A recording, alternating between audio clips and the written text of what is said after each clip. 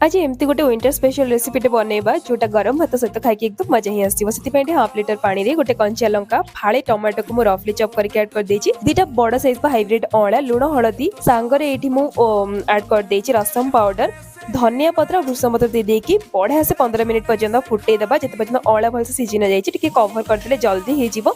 तो कवर करके देखो अळा भलसे सिझी गलानी त स्किन अलगा हे जाइछि मंजीरु। ए स्टेज रे मु हरड़ डाली को बढ़िया से सिझे के रखिथिली ताको ऐड कर देबा। आपको जी बहला पसंद ऐड करेंगे आपको जब अधिक खट्टा पसंद ताले ए स्टेज रे टिके तेंतुळीर मंड ऐड कर देबे। आउ 5-7 मिनिट पे फुटे देला परे आपनकर रसम सिझिकी पूरा पूरी रेडी हो जाए। फाइनली गोटे तड़का लगे देबा कड़ी रे जीरा सोरिष हिंगु दे देबा सांगरे रसुण और गोलमरीचर छेचा देबा। जदि ठंडा है ताले बिल्कुल भी स्किप करंतुनी रसुण बहुत बढ़िया फ्लेवर देबो। शुखला लंका आउ भूसम दे देकी रसम रा जो सिझेकी रखथिले पानी ताको ऐड कर देबा। सब जिंस को मिक्स कर देला रेडी हो जिवो गरमा गरम अळे रसम जे कोनोसी गोटे भजा किबा पापड़ सहित सर्व करंतु।